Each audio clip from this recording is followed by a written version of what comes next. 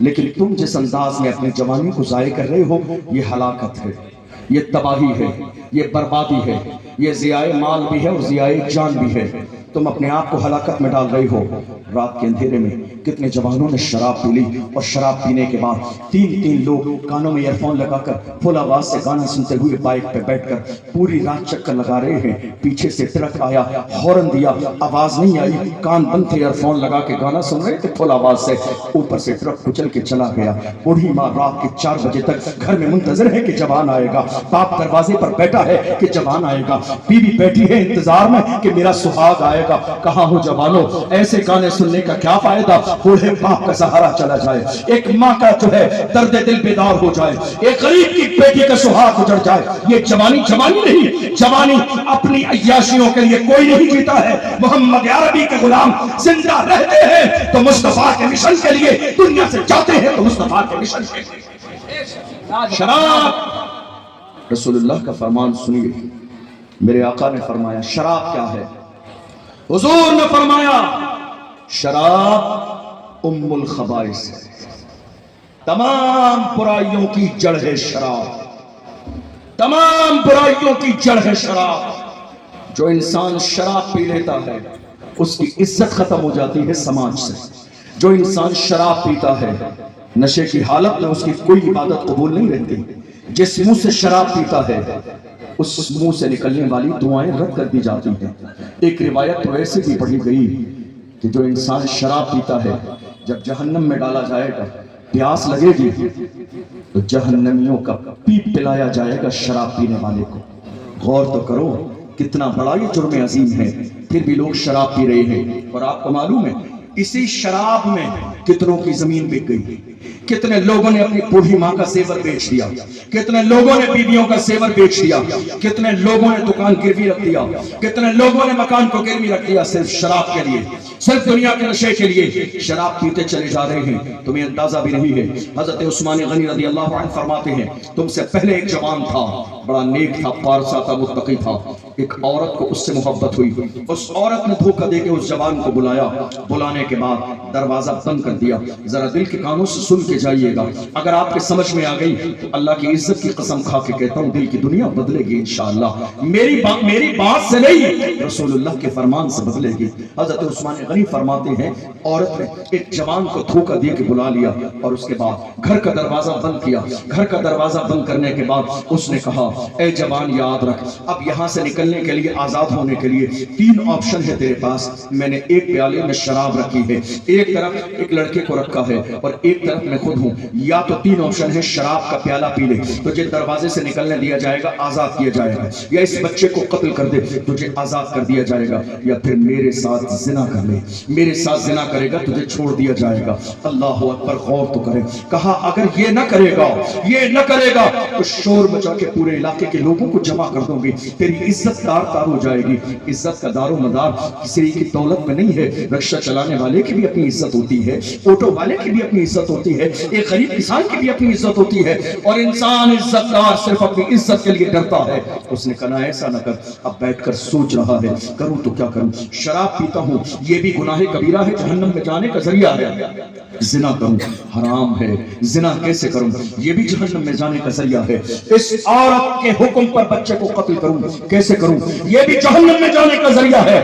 بیٹا ہے سوچ رہا ہے، عورت بار بار فورس کر رہی ہے، اس کو اصرار کیا جا رہا ہے ان تینوں میں سے کسی ایک کو چوز کر لے، کرنا پڑے گا ورنہ تجھے یہاں سے جانے نہ دیا جائے گا۔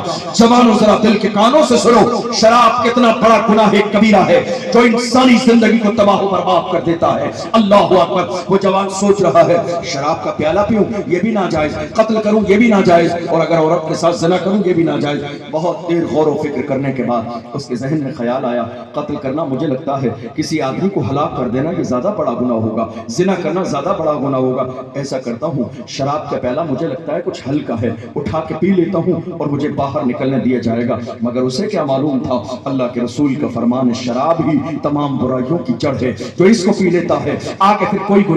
میں تو یہ سوچتا ہوں کبھی کبھی میری عقل میں آتا ہے کہ اگر وہ شراب کو چھوڑ کر ان تینوں میں سے شراب کے علاوہ کوئی دوسرا گناہ کرتا تو شاید شاید تو نہ کرتا رہ جاتے، لیکن اس نے شراب کو چنا اور شراب کا پیالہ اٹھا کے منہ سے لگا لیا، اور جب نشہ غالب آیا تو جس زنا کو حرام سمجھتا تھا عورت سے زنا بھی کیا، جس قتل کو حرام سمجھتا تھا اس نے قتل بھی کیا ہے۔ میرے آقا نے فرمایا شراب ام الخبائث ہے، تمام برائیوں کی جڑ ہے شراب۔ میں اسی لیے تو اپنے جوانوں سے کہتا ہوں شراب نہ پیو جوانوں، ہاں تم اگر نشہ کرنا چاہتے ہو تو نشہ کر لیا کرو، بلکہ دل کھول کے نشہ کیا کرو۔ میں نے شراب کے لیے منع کیا ہے، نشے کے لیے منع نہیں کیا ہے۔ شراب کے لیے منع کیا ہے، نشے کے لیے منع نہیں کیا ہے۔ اور نشہ بھی لوکل والا مت کیا کرو، برانڈیڈ نشہ کیا کرو۔ لوگ لوکل والا نشہ کرنے سے کبھی نالی میں گرتے ہیں، کبھی نالے میں گر جاتے ہیں۔ نشہ کرنا ہے دل کھول کر نشہ کرو، مگر وہ نشہ جو بلال حبشی نے کیا، جو سلمان فارسی نے کیا، جو صہیب رومی نے کیا، جو حضرت عمار نے کیا، جو حضرت سمیہ نے کیا۔ حال یہ تھا بلال کو مارا اور گھسیٹا جاتا تھا، پھر بھی اپنے انداز میں کہتے تھے تو ہو کہ تو شروع مجھے کالی ہزار دے، یہ وہ نشہ نہیں جسے ترشی اتار دے۔ نعرہ رسالت، فیضان اعلیٰ حضرت، شان مصطفیٰ، عظمت صحابہ، پیغام اسلام۔ عشق رسول کا نشہ کرو، محبت رسول کا نشہ کرو، حضور کی وفاداری کا نشہ کرو، حضور کے نام پر مر مٹنے کا نشہ کرو۔ جس دن تمہارا یہ مزاج ہو جائے گا تو تم یہ نہیں کہو گے یہ بھی صحیح، وہ بھی صحیح، یہ بھی صحیح، وہ بھی صحیح، تم وہی کہو گے جو میرے مجدد نے کہا۔ کیا کہا؟ دشمن احمد پہ شدت کیجئے، ملحدوں سے کیا مربت کیجئے، غیظ میں جل جائیں بے دینوں کے دل، یا رسول اللہ کی کثرت کیجئے۔ بڑا کمال ہے اور ہمیں ناز ہے امام احمد رضا پر، جس زمانے میں چاپلوسیاں کی جا رہی تھی، دنیا داروں کے قصیدے لکھے جا رہے تھے، ایسے زمانے میں امام احمد رضا نے نان پورا کے نواب کی تعریف سے انکار کر دیا اور پکار کے کہا احمد رضا دنیا دار کی نہیں تعریف کرے گا تو مدینے کے تاجدار کی تعریف کرے گا، احمد مختار کی تعریف کرے گا۔ اور تعریف کی تو فرماتے ہیں وہ کمال حسن حضور ہے کہ کمان نفس جہاں نہیں، یہی پھول خار سے دور ہے، یہی شمع ہے کہ دھواں نہیں، فصحا عرب کے بڑے بڑے تیرے آگے یوں ہے دبے لچے، کوئی جان منہ میں زبان نہیں بلکہ جسم میں جان نہیں، کروں تیرے نام پہ جاں فدا، نہ بس ایک جاں تو جہاں فدا، تو جہاں سے بھی نہیں جی بھرا، کروں کیا کروڑوں جہاں نہیں، کروں مدح اہل تو ول رضا، پڑے اس بلا میں میری بلا، میں قطع ہوں اپنے قریب کا، میرا دین پارے لا۔ شان امام احمد رضا کی، جنہوں نے ہمیں مسلک حق، مسلک اہل سنت اور ہمیں جنت کا راستہ عطا فرمایا۔ اس لیے جوانوں سے کہتا ہوں جوانوں دل کی گہرائی سے توبہ کرو۔ اور کئی بار ہمارے جوان سمجھتے ہیں میری عمر 30 سال ہے، کوئی سوچتا ہے میری عمر 35 سال ہے۔ اچھا میری بات سمجھ آ رہی ہے آپ کو؟ میری بات سمجھ آ رہی ہے؟ میں بہت تیز تو نہیں بول رہا ہوں جو آپ کو نہ سمجھ آئے، سمجھ رہے ہیں آپ؟ کئی بار ہمارے جوان سوچتے ہیں میری عمر تو 30 سال ہے، اس کا مطلب ابھی 70-80 سال میں موت آئے گی، ابھی میرے پاس 50 سال باقی ہے۔ کسی سمجھدار نے کہا تھا جوانوں آگاہ اپنی موت سے کوئی بشر نہیں، سامان 100 برس کا ہے، پل کی خبر نہیں، ہو سکتا ہے یہ زندگی کی آخری رات ہو سکتا ہے یہ مہینہ آخری ہو سکتا ہے یہ سال آخری ہو سکتا ہے یہ لمحے آخری ہو، اس لیے ہو سکتا ہے ہمارے لیے یہ سال آخری ہو۔ دن کے اجالوں میں اور رات کے اندھیروں میں گناہ کرنے والے لوگ یہ سوچ رہے ہیں، دن کے اجالوں میں رات کے اندھیروں میں تنہائی میں گناہ کر رہے ہیں، کوئی جاننے والا نہیں ہے۔ اگر یہ سوچ رہے ہیں کوئی جاننے والا نہیں ہے تو تمہارا ایمان کمزور ہو چکا ہے میرے رب کی ذات پر، ورنہ اللہ کا قرآن کہتا ہے واللہ یعلم ما تسرون وما تعلنون، تم جو ظاہر کرتے ہو جو چھپاتے ہو میرا رب سب جانتا ہے، سب جانتا ہے۔ ایک بڑا گناہ آخر میں اور بتا دوں، زنا۔ کیا ہے؟ زنا۔